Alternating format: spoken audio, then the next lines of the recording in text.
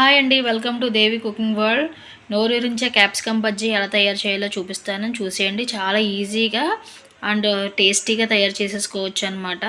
నేను చూపిస్తాను ఎలా చేసుకోవాలో, చూసేసేయండి. ఇంకా లేట్ చేయకుండా వీడియోలోకి అయితే వెళ్ళిపోదాం.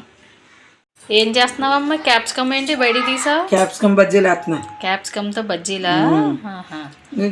వీటిలో ఏం చేయాలి ఇప్పుడు? కోసుకోవాలి అంటే ఇట్లా బలంగా కూడా వేసుకోవచ్చు, బాగా పెద్దవి వచ్చేస్తాయి కదా, అందుకని ముక్కలు కోసేస్తాను. క్యాప్సికమ్ బజ్జీల కోసం కదా. దీంట్లో కొంచెం వరిపిండి వేసుకోవాలి. వరిపిండా? 2 స్పూన్లు ఉంటుంది వేస్తున్నాను వరిపిండి. రుచి సరిపడగా సాల్ట్ వేస్తున్నాను. కళ్ళుప్పు అయితే కరగదు కదా, అందుకని కొంచెం కారం, కొద్దిగా వాము. శనగపిండిలోను వాము వేసుకుంటే బేగా అరుగుతాయి అన్నమాట, అందుకని కొంచెం వాము.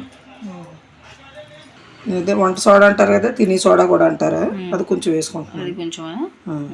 ఎక్కువ వేయట్లేదు, కొద్దిగా ఎక్కువ వేసినా మరి బాగా ఇది వచ్చేస్తాయి మెత్తగా, అందుకని క్రిస్పీగా రావాలంటే ఎక్కువ వేసుకోకూడదు, కొంచెం వేసుకోవాలి. ఇలా కలిపేసుకోవాలి. మొత్తం ఇవన్నీ బాగా కలిసే వరకు కలిపేసుకున్న తర్వాత అప్పుడు వాటర్ వేసుకుందాం. ఈసారి ఇంకా మూగుడు పెట్టుకున్నాం కదా బజ్జీలు వేసుకోవడం కోసం, నూనె అయితే వేసుకుంటున్నాను.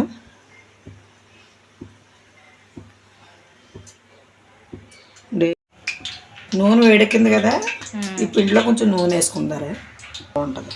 వేడి నూనె వేసుకుంటే బాగుంటుంది. వాటర్ వేసి కలుపుకుంటారు. ఉప్పు కారం సరిపోయిందో లేదో వాటర్ వేసుకున్నాక చూసుకోవాలి, సరిపోయింది. వాటర్ వేసుకొని కలుపుకుందారు. ఈసారి గొంతుకు ఇంకా రావట్లేదు. అప్పు ఇచ్చావేంటి ఎవరికైనా గొంతు? నీళ్ళు వేసుకుంటూ కలుపుకుంటూ ఉండాలి, లేదంటే వంటలు కట్టేస్తుంది అనమాట. అలాగని కదా, ఒకసారి వాటర్ వేసి కలిపినా పలసగా అయిపోద్ది. అలాగే వేసుకుంటూ కలుపుకుంటే ఎంత వాటర్ పడుతుందో తెలుస్తుంది కదా. బజ్జీల పిండి కదా, బాగా పలచగానే ఉండకూడదు, అలాగే గట్టిగానే ఉండకూడదు.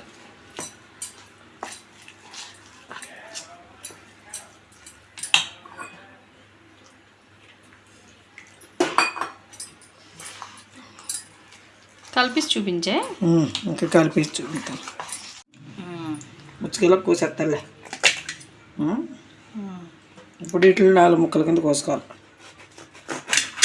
బాగా చిన్నవి అయితే అలా వేసేసుకోవచ్చు. చిన్నవి ఉంటే చూసి ఇలాంటి అయితే క్యాప్సికమ్ వేసుకోవచ్చు. ఆ మధ్యలో ఉన్నవి తీసేసుకోవాలి, తీసేయాలి, లేకపోతే మండిపోతాయి.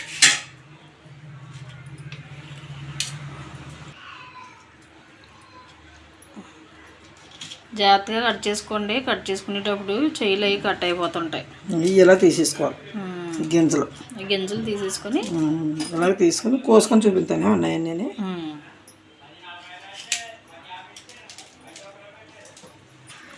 పిండి ఒకసారి అలాగ బాగా కలిపేసుకుంటే బాగా గుల్లగా వస్తాయి అన్నమాట.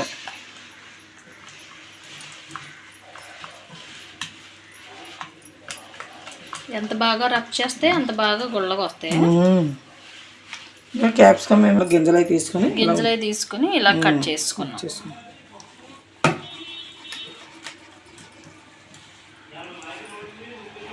నూనె మరిగిందలో చూద్దారా. మరిగిపోయింది.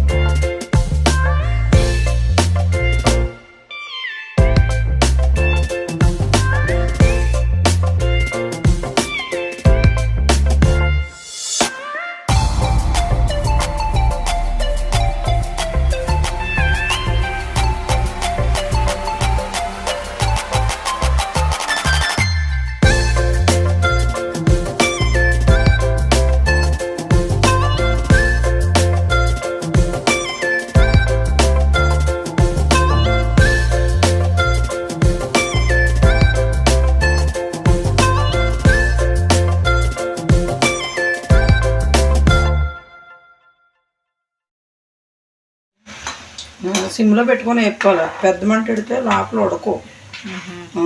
సిమ్లో పెట్టి వేపుకుంటే బాగా ఉడుకుతాయి అన్నమాట. లేకపోతే లోపల పిండి పిండి కింద ఉండిపోతాయి. పెద్ద మంట మీద వేపితే బేగా ఎగిపోతాయి కానీ ఉడకవు.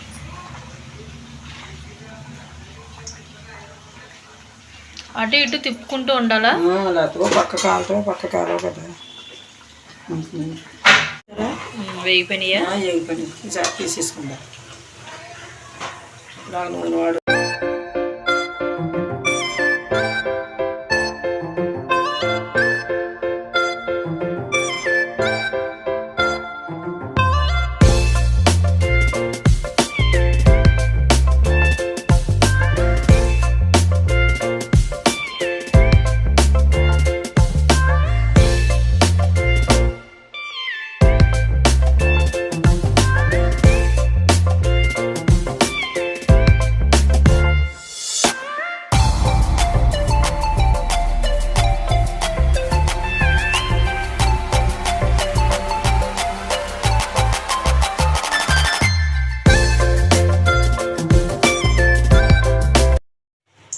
ఇలా తీసేసుకున్నాం కదా, తర్వాత ఏం చేయాలో చూపిస్తాను చూడండి.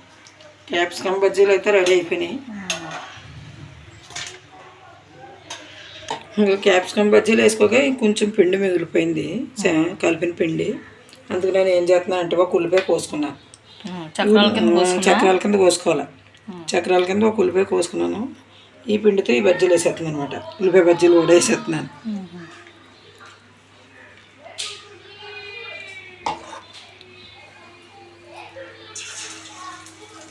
అంతే, ఉల్లిపాయ బజ్జీలు రెడీ అయిపోయినాయి.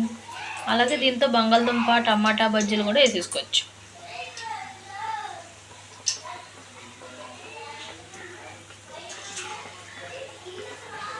బజ్జీల్లో పెట్టుకోవడానికి ఉల్లిపాయ ముక్కలు చిన్నగా కోసుకున్నాం. దాంట్లో కొంచెం ఉప్పు, కొంచెం కారం వేసాను, కొత్తిమీర.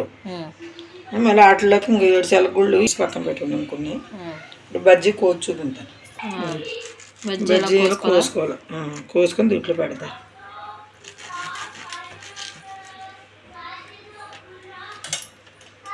అన్నీ ఒకేసారి కోసుకుంటా. అన్నీ కోసుకొని అన్నిట్లో పెట్టడం ఒకేసారి చూపించేస్తాను.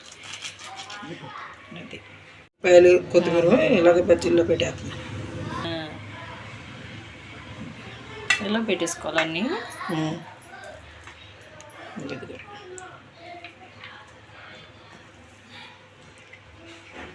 ఇలా ఉల్లిపాయలు, ఈ కొత్తిమీర అవన్నీ పెట్టుకుని నిమ్మకాయ పిండుకొని తింటే ఉంటుంది. మరి చాలా బాగుంటాయి.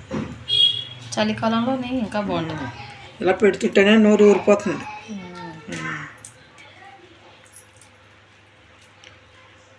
చలికి ఇలాగ వేడివేడిగా వేసుకొని తింటే బజ్జీలు చాలా బాగుంటాయి. ఇప్పుడు